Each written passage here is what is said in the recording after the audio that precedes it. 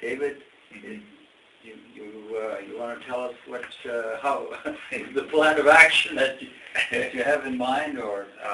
Well, I would say that for some time the question about who is the First Nations person, where are their interests, where do they lie, becomes really important today.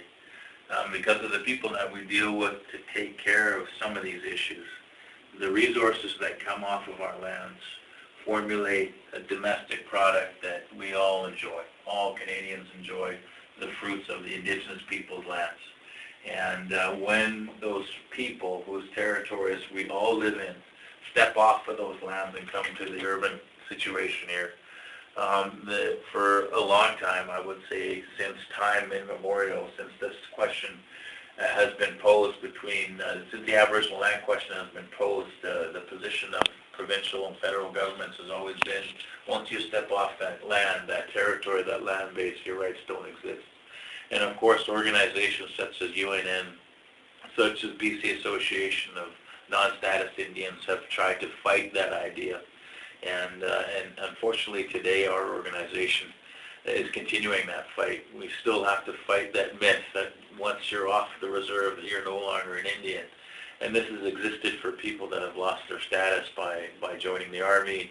This has had thousands and thousands of our mothers who have married non-Native people, thousands of people that have been taken away from our homes through the 60s scoop.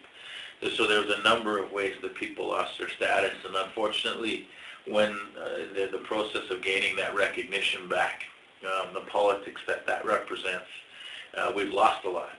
And I think our organization that we represent is what is those interests, who do we represent, and how do we represent them effectively. And I think that this is the biggest question that will confront United Native Nations as the organization stands today over the next couple of years.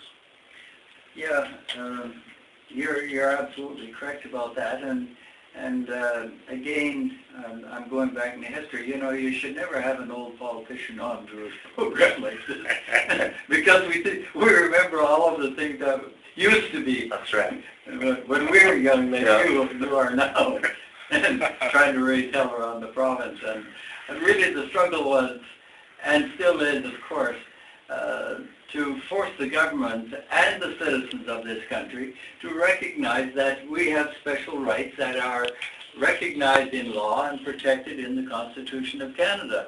And we have to be dealt with. There is no question about it. And they've got to deal with us in a different way than they have been in the past. And they've got to acknowledge that we belong here. And because of that, we have special rights. A lot of people resent that, but anyway, that's another part of the problem that you're going to be dealing with. There's no question about that. And particularly in terms of our legal rights. Most people don't realize that we do have legal rights, but we do. And what happens is they force us into the courts, and when I say that, I'm talking about all Aboriginal people, not just UNN members, but they force us into the courts, and continuously we're winning those battles in the courts. That's right. And those battles are clear recognition through the legal process that we do have rights, and that in fact we are still the rightful owners of the land. We have not given up our ownership of the land and our jurisdiction over our resources and our lives. And somehow we have to find a way that we can sit down with those people in an honest way and try to work out some kind of a solution on how we're going to coexist as people in this country with the newcomers, and how we're going to live in peace and harmony. Well, yeah, that seems to be the big secret.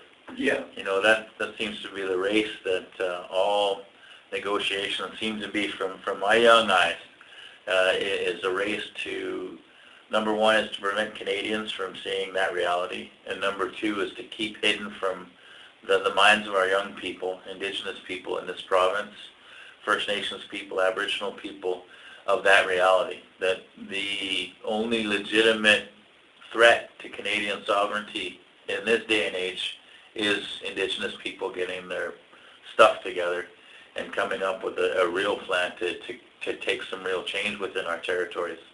And I think in the meantime, for our organization, that right is being continually hammered and chipped away at to the point that it's almost extinguishment or get off the negotiating table.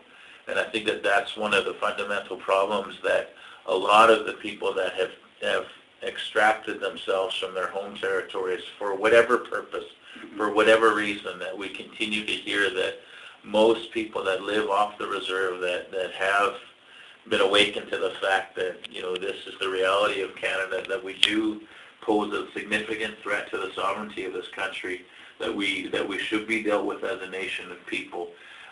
Unfortunately, aren't heard. They're not. That hasn't translated to a significant political power on the home community. And I think that what we see, the results of Lately Today agreement in principle. We see the results of the Monmouth agreement in principle. It goes either way. And for our reality here is that we begin to teach ourselves that that's where our rightful place is.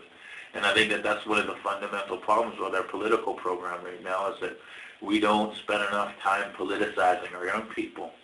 And I talk a lot about, and our organization talks a lot about, what are the points of contact with our young people right now.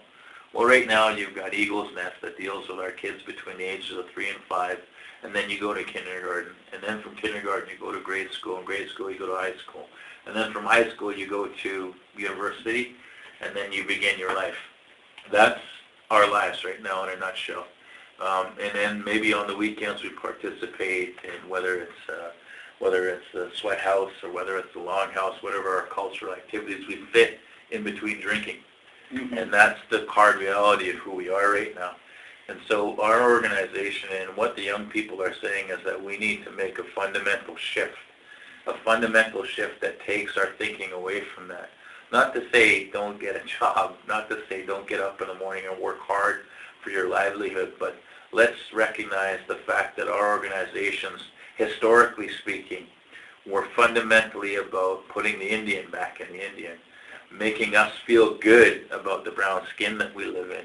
And I think that's what's been taken away over the last 15 years, and I think that's probably what's contributed to the fact that not many of our people are participating in the politics of our communities anymore. Because, way back in the day, and you talk about this quite a bit, the purpose of annual general assemblies was to lift the mentality of our people up, was to reinforce the values of our people and to say that this is a good thing that you're Indian, it's a good thing that you know your culture, it's a good thing that you want to be around your people, and that you're distinct from other people.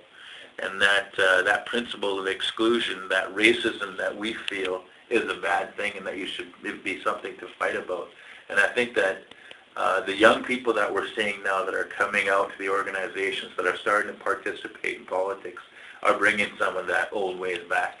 So I think that while we do have a kind of a lull in our politics, it's a good time to be, because there's some young minds bringing some of those old ideas back. Yeah, as a matter of fact, one of the things that you mentioned is remembering who we are. Yeah. And also we have to remember where we've come from. Our struggle has been continuous, there's no question, and it's a long, hard road. But every once in a while we have to look back and see what the heck we did back there, and see what we did wrong or what we did right. And if we did something right, let's continue that. If we did something wrong, let's change that. Levina's father, who was a fisherman, and an excellent fisherman, and he knew the coast very, very well, up and down. And when he would take the greenhorn and put him on the wheel, he would point ahead and he'd say, see that point there? Now, this is where you're heading. And you go that direction for 4 hours and before you make a turn, and then you make a turn. And he'd say, but do one other thing. Turn around and look back every once in a while and see where you've come from. And to me, I think that is a twofold message. I think he was really talking about a whole lot of other things besides just navigation. Yeah. But I think that's a good thought. Let's look back and see where we've come from. and let's see where we can go from there.